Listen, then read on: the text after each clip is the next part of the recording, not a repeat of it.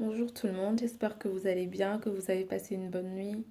Ce matin, le Seigneur nous a encore fait grâce, il nous a réveillés, il nous a conduits dans nos activités. Pour nous qui sommes encore à la maison ce matin, nous rendons grâce à Dieu parce qu'il nous a fait grâce pour le souffle de vie qu'il nous accorde. Amen.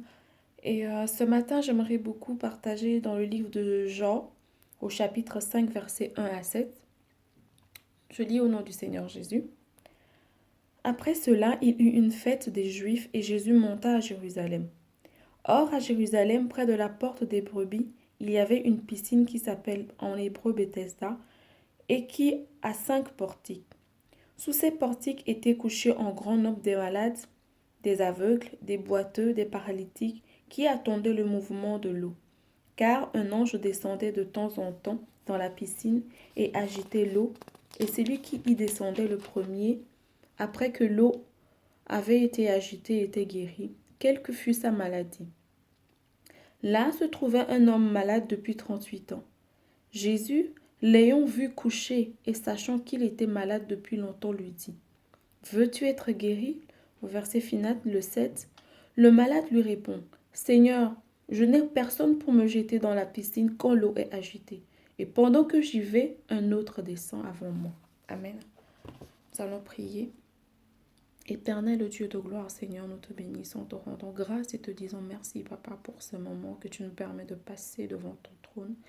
Yahweh, nous voulons être diminués pour que toi, tu règnes, Esprit de Dieu. Inspire les paroles de ma bouche, Seigneur, Papa, pour la seule gloire de ton nom. Que mon frère et ma soeur qui écoutera cette vidéo, Seigneur, Papa, puissent trouver une réponse, Seigneur, au Dieu, Papa. Dans la seule espérance que toi, tu puisses nous sauver, nous ramener encore vers toi, Seigneur. Dans le nom puissant de Jésus-Christ de Nazareth, ainsi nous avons prié. Amen. Amen. Ce matin, je suis un peu dans la joie parce que quand j'ai lu ces versets, j'ai compris qu'il y avait beaucoup de choses qui étaient cachées dedans. Des fois, nous lisons la Bible, nous nous disons, ah mais je ne comprends rien. Mais un autre jour, quand Dieu te fait grâce et que tu lis la parole, c'est comme si tes yeux s'ouvrent. Dieu te donne la sagesse et l'intelligence de pouvoir comprendre. Amen. Et je souhaite que ça soit cela pour quelqu'un ce matin. Dans le premier verset, on nous parle que près de la porte des brebis, il y avait une piscine qui s'appelait en hébreu Bethesda et qui avait 5 portiques. Donc tous ceux qui étaient malades, des paralytiques, des boiteux, des malades de tout genre attendaient là-bas. Et à chaque fois qu'il y avait un ange qui descendait, qui remuait l'eau, la première personne qui descendait dans cette eau se retrouvait guérie.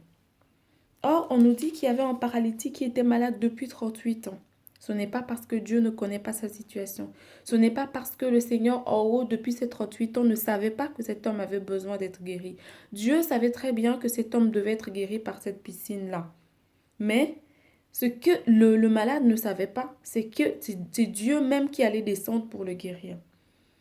La Bible nous dit dans le verset 6, Jésus l'ayant vu coucher et sachant qu'il était malade depuis longtemps lui dit, veux-tu être guéri? C'est un peu ironique. Jésus l'ayant vu coucher et sachant qu'il était malade depuis longtemps. Dieu nous voit tous les jours. Il sait très bien quelle est notre situation. Comme je le disais dans la vidéo précédente, il sait quand tu pleures, il sait quand tu es dans la souffrance, il sait quand il y a quelque chose que tu désires ardemment au fond de toi. Mais parce que le temps de Dieu n'est pas encore arrivé, il ne peut pas faire les choses pour te faire plaisir. Parce que lui, il est souverain. Il fait les choses quand il veut et comme il veut. Il savait très bien qu'il était malade et malgré ça, il lui dit, veux-tu être guéri? Pardon. Ce matin, le Seigneur dit encore à quelqu'un, veux-tu être sauvé? Veux-tu que je fasse quelque chose pour toi? Veux-tu que je te libère de ce poids, de ce fardeau? Veux-tu que je puisse ouvrir les portes pour toi? Veux-tu que je puisse écrire dans ta vie? Veux-tu que je puisse combattre tes ennemis? Le Seigneur demande à quelqu'un ce matin si tu veux que lui, il fasse quelque chose pour toi. Le Seigneur, des Seigneurs, l'Éternel des armées, celui qui a laissé toute sa gloire, qui est descendu sur la terre, qui s'est investi de nos pouvoirs, qui est mort sur la croix de Golgotha, te demande ce matin, veux-tu être guéri? Veux-tu que je fasse quelque chose pour toi? J'aimerais beaucoup souligner à quelqu'un ce matin que le Seigneur nous demande s'il veut, si nous voulons qu'il agisse dans nos vies. Cela veut dire tout simplement, ouvre-toi au Seigneur, abandonne-toi à lui. Le Seigneur veut ce matin que tu reconnaisses que tu es faible, que tu n'as pas d'intelligence, que tu ne connais pas le chemin pour arriver à la solution. Le Seigneur veut que tu reconnaisses sa suprématie dans ta vie, dans ta famille, dans tes projets, dans tout ce que tu veux faire. Des fois, nous disons, oui, je suis capable, je vais y arriver. Mais quand tu dors le soir, qui te réveille le matin? Quand tes ennemis sont en train d'invoquer ton nom devant des grilleries, devant des statuettes, afin de te déstabiliser, de briser tes rêves, même de te tuer, qui te réveille le matin? Qui a mis son souffle en toi? Qui t'a créé? C'est Dieu. Des fois, nous nous levons le matin. Il m'arrive aussi de me lever le matin. Je mets le pied à terre avant de me rendre compte que je n'ai pas prié avant de sortir de ma chambre. Le Seigneur veut qu'on reconnaisse sa suprématie dans nos vies. Il veut qu'on reconnaisse que sans lui, nous ne sommes rien, nous ne pouvons rien faire. Et c'est la vérité parce que le Seigneur dit dans sa parole ici au paralytique, il savait très bien qu'il était malade et il lui dit encore, veux-tu être guéri? Le Seigneur sait ce matin que tu as besoin de lui, mais il te demande, est-ce que tu veux que je t'aide? Est-ce que tu veux qu'il ouvre cette porte pour toi? Est-ce que tu veux ce matin que le Seigneur puisse te donner ce travail? Est-ce que tu veux ce matin que le Seigneur puisse guérir ton enfant ou toi-même qui es malade? Alléluia. Peu importe la durée de ta maladie, peu importe les échecs, le nombre des échecs par lesquels tu es passé, peu importe le nombre de fois tu es parti demander ce visa et qu'on t'a dit non, peu importe le nombre de fois que tu essayes d'avoir cet enfant que tu n'y arrives pas. Peu importe la situation, peu importe la dureté de la chose, peu importe le nombre des années, le Seigneur ce matin est venu vers quelqu'un pour lui dire, est-ce que tu veux que je puisse intervenir dans ta situation? Et écoutez la réponse du paralytique. Le malade lui répond, Seigneur, je n'ai personne pour me jeter dans la piscine quand l'eau est agitée et pendant que j'y vais, un autre descend avant moi. Des fois, on a l'impression d'être seul, qu'on n'a personne pour nous aider, personne pour nous écouter, personne pour agir dans nos vies. Mais le Seigneur est là. Nous ne sommes pas seuls. Reconnaissons sa suprématie. Si tu reconnais qu'il est suprême, qu'il est roi, qu'il est maître, il est alpha et il est oméga dans ta vie, alors tu reconnaîtras que tu n'es pas seul. Alors à chaque fois qu'il y aura quelque chose qui viendra empiéter sur ton chemin, tu iras vers lui. Seigneur, il y a telle et telle chose qui est en train de me déstabiliser. Il y a ce blocage que je suis en train de rencontrer. Il n'y a que toi qui puisses intervenir. Mais ce qui me plaît dans la réponse du paralytique, il a dit, Seigneur, qui est-ce qui lui a dit que c'était un Seigneur? Qui lui a dit que qui lui a parlé de l'identité de Christ? Personne. Personne ne lui a dit ça. Si ce n'est la grâce de Dieu dans sa vie. Ce matin, bien-aimé, je veux que tu reconnaisses que Dieu est présent dans ta vie au travers de ton frère, de ta sœur. Parce que la Bible nous dit, aimez-vous les uns les autres. Si tu aimes celui-là, c'est parce que tu aimes Dieu, parce que Dieu nous a créés à son image. Reconnais la suprématie de Dieu dans la vie de quelqu'un à côté de toi. Parce que des fois, nous avons des frères, des sœurs, même nos parents qui nous parlent, qui nous disent ce que nous devons faire, mais nous n'écoutons pas. Pourquoi? Parce que nous n'avons pas le discernement nécessaire pour connaître, pour reconnaître que non, le temps de Dieu est arrivé dans ma vie. Le Seigneur est avec moi en ce moment. Il me demande si moi je veux qu'il agisse parce qu'il a entendu mes cris durant toutes ces années. Alléluia. Dieu savait très bien qu'il était malade et il lui demandait, veux-tu être guéri? Malgré que personne ne lui a dit qu'il était malade, il savait très bien qu'il était malade. Oh Seigneur, tu es merveilleux. Tu es vraiment puissant. J'ai tellement noté des choses que je ne sais pas, je ne sais vraiment pas par quoi est-ce que je ne veux rien laisser. Le Seigneur, le malade a fait comprendre dans le verset 7 au Seigneur qu'il n'a personne pour l'aider. Le temps est venu pour nous de reconnaître notre solitude, notre faiblesse devant le Seigneur. Nous devons dire à Seigneur, je suis faible, je n'ai pas les moyens. Même si tu as 1 milliard dans ton compte, ça ne suffit pas des fois pour résoudre ton problème. Parce que c'est la main de Dieu qu'il faut dans ta situation. Parce que c'est Dieu qui intervient dans chaque situation de nos vies. Même les milliardaires, quand ils dorment le soir, Ce n'est pas leur argent qui vient les réveiller, mais c'est Dieu qui vient les réveiller. Alors ce matin, j'aimerais que tu reconnaisses la main de Dieu dans ta vie. J'aimerais que tu comprennes que Dieu est là en train d'agir dans ta vie. Il veut que toi, tu lui donnes la place. Il veut que tu lui donnes l'autorisation, bien qu'il est suprême, qu'il est roi. Parce que Dieu ne force personne. Dieu attend que toi, tu l'invites. Parce qu'il dit encore dans sa parole, je suis à la porte et je frappe. Si tu m'ouvres, je vais rentrer. Dieu ne force personne à le suivre. C'est pour ça que ce matin, Dieu te dit comme à ce paralytique, veux-tu être guéri? Veux-tu que je te guérisse? Veux-tu que je te donne ce que toi tu me demandes depuis des mois et des mois? Ouvre-lui la porte de ton cœur. Humilie-toi devant le trône du Père ce matin. Parle-lui, Père, j'ai besoin de toi. Je veux que toi, tu fasses quelque chose dans ma vie. Parce que je suis arrivée à comprendre que moi-même, je ne peux rien faire. Mon père ne peut rien faire pour moi. Ma soeur ne peut rien faire pour moi. Mon directeur ne peut rien faire pour moi. Mais toi seul qui es assis sur son trône, c'est toi qui peux tout faire dans ma vie. Parce qu'il est suprême. Il fait les choses quand il veut, comme il veut, à qui il veut, il donne. Et à son moment venu, il agira dans ta vie. Notre Père, il n'est pas un homme pour faillir à sa parole. Il dit, je vous entends quand vous parlez. Je vois bien quand vous me demandez des choses. Si seulement nous pouvons nous humilier devant le Père, lui dire, Seigneur, j'ai besoin de ça et de ça. Ce paralytique, imaginez-vous pendant 38 ans. Moi, des fois, quand je regarde des films nigérians ici, je regarde beaucoup parce que je vois que ça nous parle de la vie réelle, en fait.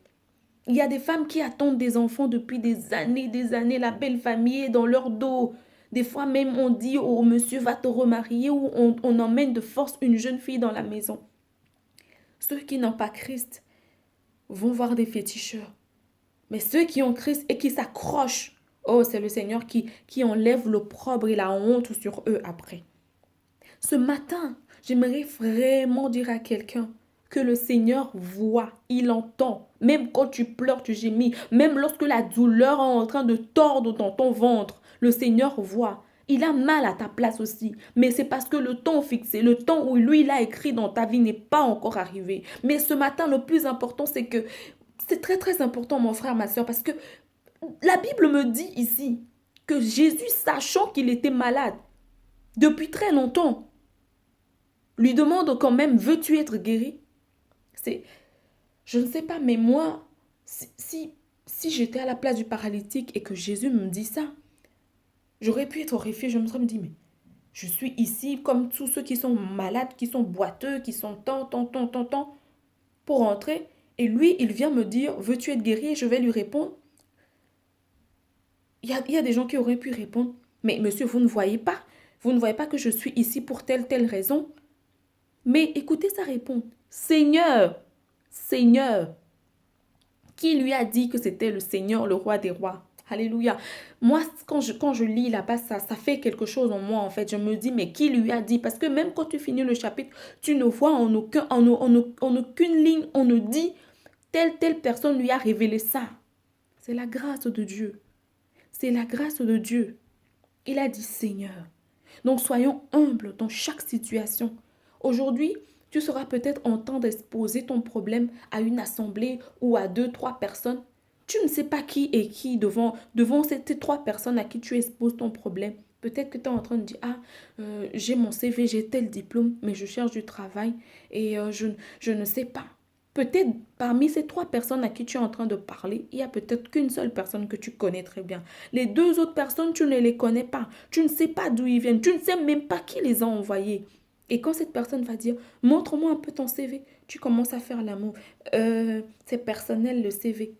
Oui, mais tu ne sais pas si cette personne-là, peut-être que c'est le père d'une entreprise, d'une grande entreprise qui peut. Ne minimisons personne. Il n'y a pas de petit, il n'y a pas de grand. Il n'y a pas de riche, il n'y a pas de pauvre. Dieu agit comme il veut. Mais je dis comme il veut. Et quand il va te surprendre, mon frère, ma soeur, il va te surprendre d'une façon que même les mots pour parler, pour témoigner ce qu'il a fait dans ta bouche, tu ne peux pas le dire.